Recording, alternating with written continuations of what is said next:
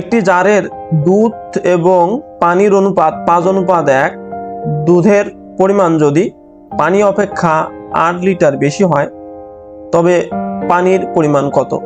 তো এই প্রশ্নটি আমরা দেখতে পাচ্ছি বেশ কয়েকটি চাকরি পরীক্ষায় এসেছে, সুতরাং আমরা এই প্রশ্নটি মনোযোগ সহকারে সমাধান করব। তো এখানে আমরা শর্টকাট মেথড অ্যাপ্লাই করব।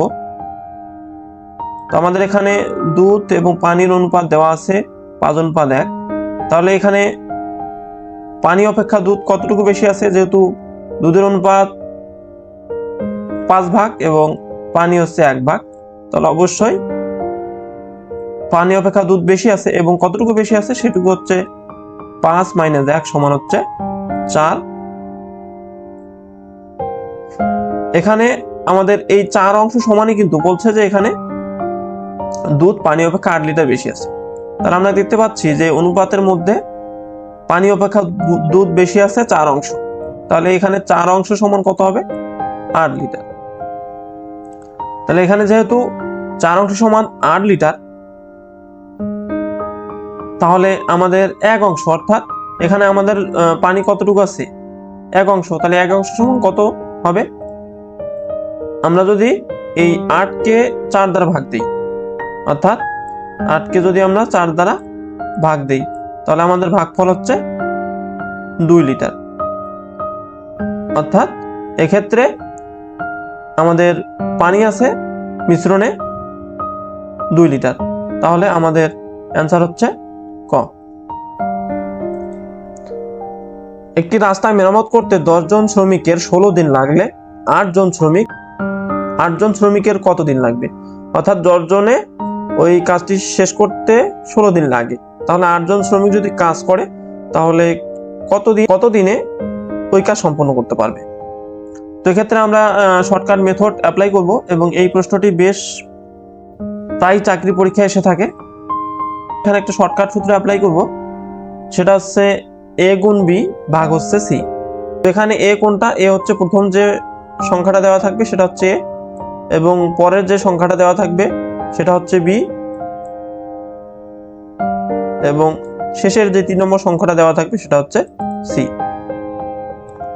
অর্থাৎ আমরা এখানে যদি 10 এবং 16 গুণ করে 8 দ্বারা ভাগ দিই, তাহলে কিন্তু 8 জন শ্রমিক কতদিনে কাজটি শেষ করতে পারবে সেটা আমরা বের করতে পারবো। ভাগ হচ্ছে 8। তো আমরা 8 দিয়ে যদি 16 কে ভাগ দেই তাহলে পাচ্ছি 2 দিয়ে যদি আমরা 10 কে গুণ করি তাহলে আমরা পাচ্ছি হচ্ছে 20। অর্থাৎ 8 জন শ্রমিক ওই কাজ শেষ করতে 20 দিন সময় লাগবে। তাহলে আমাদের অ্যান্সার হচ্ছে গ। আমরা আরো একটি প্রশ্ন লক্ষ্য করি।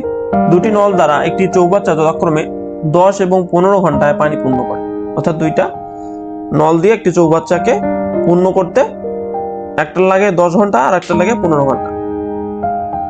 নল দুটি একত্রে খোলা রাখলে চৌবাচ্চাটি কতক্ষণে পূর্ণ হবে? তো এই ধরনের প্রশ্নগুলো কিন্তু এবং বারবার এই প্রশ্নগুলো কমন এসে থাকে। সুতরাং আমরা যদি এটা সলভ করতে শর্টকাট পদ্ধতিতে সলভ করতে শিখি, অবশ্যই আমরা যে কোনো না কোনো পরীক্ষায় খুব সহজেই এই অ্যান্সারটা করে আসতে পারবো। তাহলে আমার বলছে যে শর্টকাট মেথড a গুণ b ভাগ হচ্ছে a যোগ b। তাহলে প্রথমটা হচ্ছে a, প্রথম যে সংখ্যাটা সেটাকে আমরা a চিন্তা করব, এবং পরে যে সংখ্যাটা আছে সেটাকে আমরা b চিন্তা করব। তাহলে আমরা a বলতে কত? 10, এবং b বলতে 15।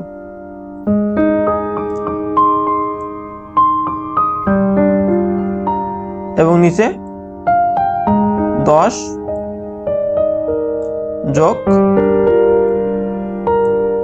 15। যেহেতু আমাদের উপরে গুণফল এবং নিচে যোগফল বের করতে হবে, সুতরাং আমরা উপরে গুণ করলে পাচ্ছি হচ্ছে 150,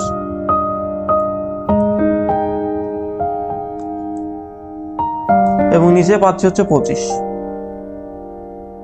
তো আমরা 150 কে যদি 25 দিয়ে ভাগ দিই তাহলে ভাগফল আসে হচ্ছে অর্থাৎ চৌবাচ্চার দুইটি নল খুলে দিলে উভয় নল দ্বারা 6 ঘন্টা পূর্ণ হবে। তাহলে আমাদের অ্যান্সার হচ্ছে গ। 30 লিটার পরিমাণ মিশ্রণে অ্যাসিড এবং পানির অনুপাত 7:3। ওই মিশ্রণে কি পরিমাণ পানি মিশ্রিত করলে অ্যাসিড এবং পানির অনুপাত 3:7 হবে? তো প্রশ্নটি বেশ কয়েকটি চাকরি পরীক্ষায় এসেছে এবং এই প্রশ্নগুলো প্রায় ক্ষেত্রেই চাকরি পরীক্ষায় এসে থাকে।